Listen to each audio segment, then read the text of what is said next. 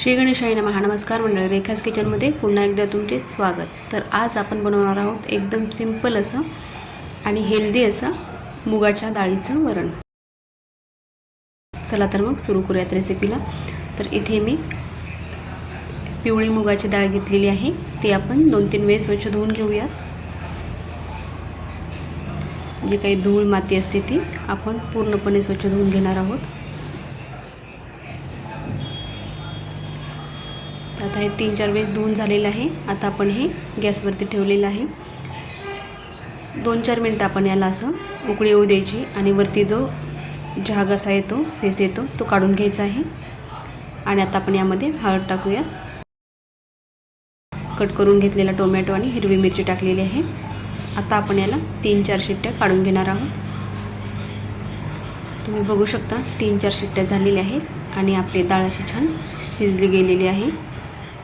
मुगाची डाळ शिजायला जास्त वेळ लागत नाही, अगदी 5 मिनिटात ते शिजून होते. आता आपण हे चमच्याने असं हटवून घेऊयात. एकदम हेल्दी असं वरण आहे. आता आपण एका टोपमध्ये तूप टाकून घेऊयात.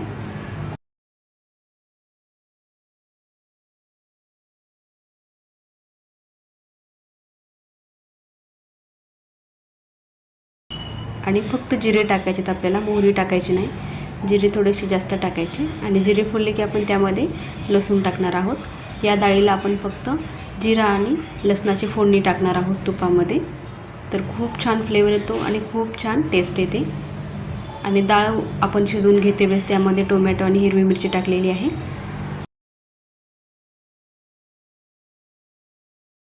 लसूण चांगला ब्राऊन झालेला आहे. आता आपण ही डाळ यामध्ये टाकून घेऊयात. तर असं आपण डाळीला छान तडका दिलेला आहे. तुम्ही बघू शकता डाळ किती दिसायला छान दिसत आहे. तुम्ही यामध्ये अजून पाणी टाकू शकता तुम्हाला जर पातळ आवडत असेल तर. माझ्या घरी अशी जास्त जाडसरच डाळ आवडते. तर तुम्ही बघू शकता ती छान आपली अशी डाळ दिसत आहे. एकदम हेल्दी अशी आपली पिवळ्या मुगाची डाळ तयार झालेली आहे. एकदम सोप्या पद्धतीने अगदी 5-10 मिनिटात ही डाळ बनवून तयार होते. आता आपण चवीनुसार मीठ टाकून घेऊयात. आणि डाळीला एक छान उकळी काढून घ्यायची आहे आपल्याला.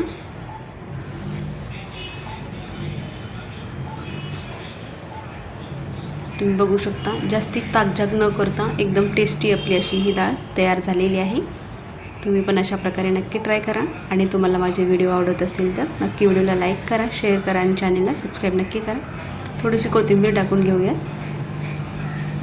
तर आपली मस्त अशी ही डाळ तयार झालेली आहे. मस्त आपण हे गरम गरम भातासोबत सर्व करूयात. तर मस्त असा गरम गरम भात आणि एकदम टेस्टी अशी डाळ आपण बनवलेली आहे.